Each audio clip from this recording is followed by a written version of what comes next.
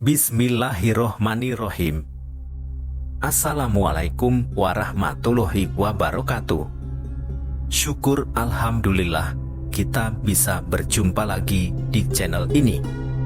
Harapan dan doa saya, semoga saudaraku semuanya selalu diberikan kesehatan, dilapangkan rezekinya, diampuni dosa-dosanya, dan dipanjangkan umurnya.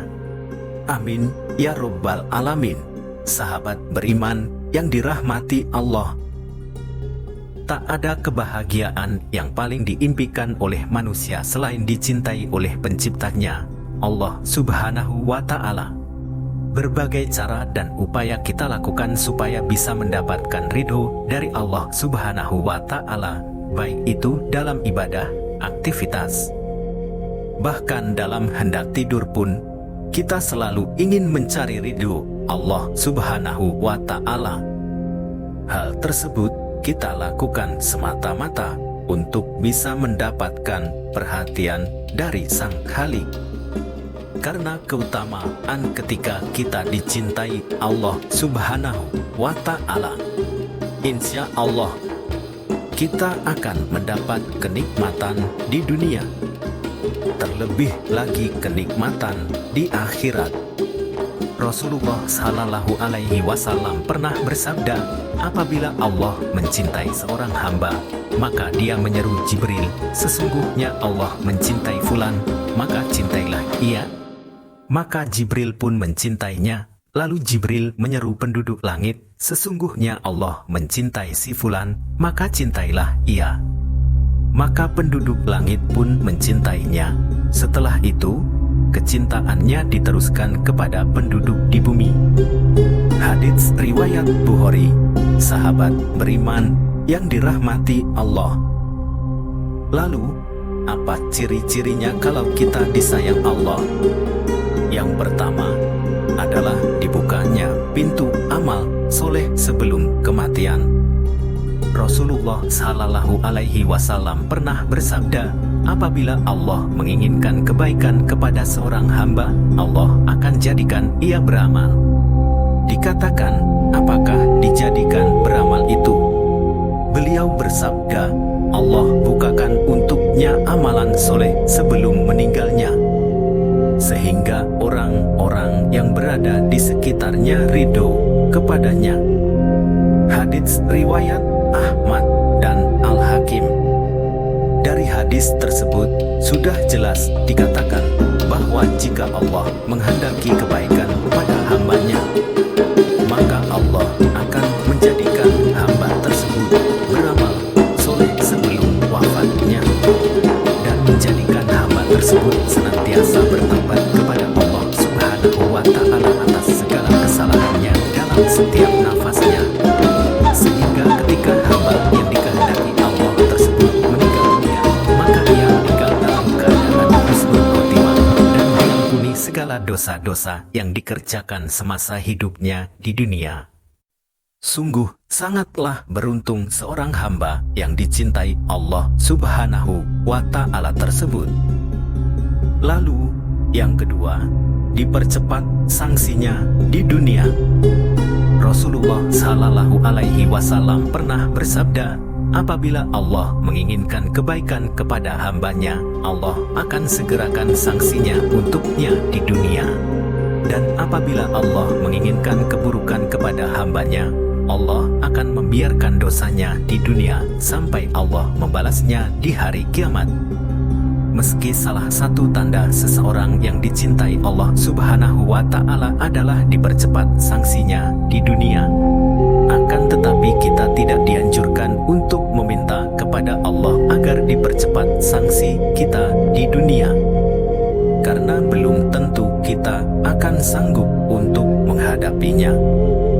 Ada kisah menarik yang mungkin bisa menjadi pelajaran untuk kita semua. Dikisahkan dari Anas radhiyallahu anhu, Rasulullah Shallallahu Alaihi Wasallam pernah menjenguk seorang laki-laki muslim yang sedang sakit parah sampai kurus dan lemah seperti seekor burung kecil. Kemudian Rasulullah Shallallahu Alaihi Wasallam bertanya kepadanya, apakah kamu pernah berdoa ataupun memohon sesuatu kepada Allah? Sahabat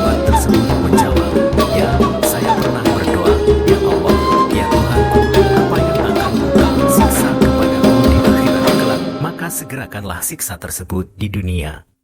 Mendengar pengakuan itu, Rasulullah Shallallahu Alaihi Wasallam pun berkata, "Subhanallah, mengapa kamu berdoa seperti itu? Tentu kamu tidak akan tahan. Mengapa kamu tidak berdoa, ya Allah, berilah kami kebaikan di dunia dan kebaikan di akhirat, serta peliharalah kami dari siksa neraka." Lalu Rasulullah Shallallahu Alaihi Wasallam berdoa kepada Allah untuk sahabat tersebut, dan akhirnya Allah pun menyembuhkannya. Hadits riwayat Muslim, sahabat beriman yang dirahmati Allah. Mungkin dari kisah tersebut, kita sudah ada sedikit gambaran bahwasanya siksa akhirat sangatlah berat. Untuk itu, kita tidak dianjurkan untuk meminta sanksi siksaan tersebut semasa kita masih hidup di dunia. Akan tetapi kita sangat dianjurkan untuk terus dan selalu berdoa, memohon ampunan kepada Allah Subhanahu wa Ta'ala agar diberikan kebaikan di dunia maupun kebaikan di akhirat. Semoga kita semuanya bisa dijauhkan oleh Allah Subhanahu wa Ta'ala dari siksaan api neraka. Amin ya rabbal alamin. Yang ketiga, difaqihkan dalam urusan agama. Rasulullah Shallallahu Alaihi Wasallam pernah bersabda, "Barang siapa yang Allah inginkan kebaikan padanya, Allah akan faqihkan ia dalam agama." Hadis riwayat Bukhari dan Muslim. Yang dimaksud difaqihkan adalah pemahaman yang Allah Subhanahu wa Ta'ala berikan kepada seorang hamba sehingga ia mendapat pemahaman yang lurus terhadap Al-Quran dan hadis, di mana kefakihan ini bersumber dari kebenaran hati dan dari akidah yang sahih. Karena saat hati dipenuhi dengan hawa nafsu, maka orang tersebut tidak akan dapat memahami Al-Quran dan hadis dengan benar. Lalu yang keempat, diberikan ujian. Rasulullah Shallallahu Alaihi Wasallam pernah bersabda, "Barang siapa yang Allah inginkan kebaikan, Allah akan memberinya musibah." Hadits riwayat Bukhari dan Ahmad. Sahabat beriman yang dirahmati Allah, musibah tidak selalu berkaitan dengan azab Allah yang ditimpakan kepada kita. Akan tetapi musibah sebetulnya adalah ujian bagi seorang hamba untuk menguji tingkat ketakwaan kita kepada Allah Subhanahu wa Ta'ala.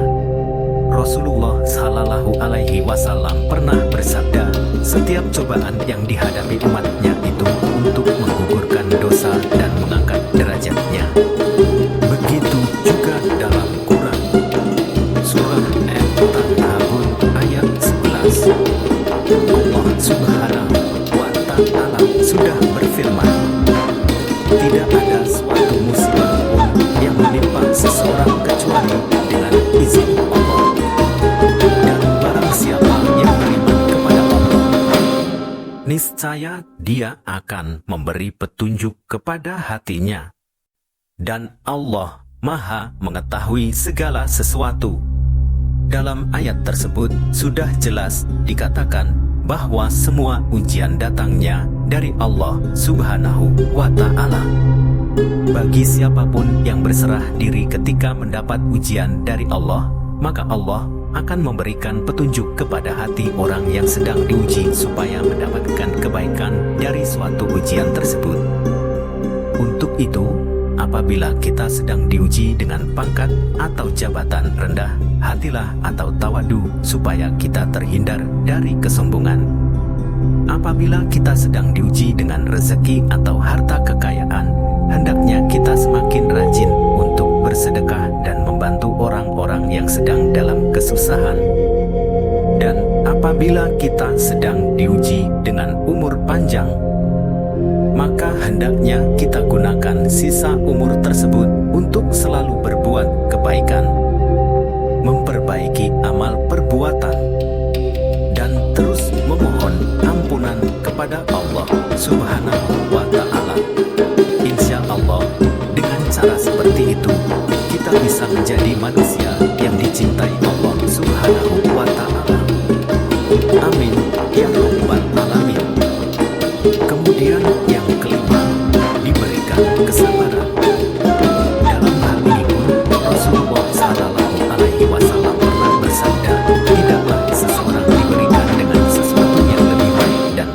luas dari kesabaran. Hadits riwayat Bukhari dan Muslim. Seperti yang kita tahu, kesabaran dalam keimanan bagaikan kepala dengan badan, yang artinya keduanya saling melengkapi. Begitu juga dengan iman. Seseorang iman tak akan hidup dalam diri kita kalau tanpa dibarengi dengan kesabaran. Dan untuk bisa menjalankan perintah Allah dan menjauhi setiap larangannya, iman dan kesabaran sangatlah diperlukan, karena iblis dan bala tentaranya tak akan pernah diam untuk menyesatkan manusia dari jalan Allah.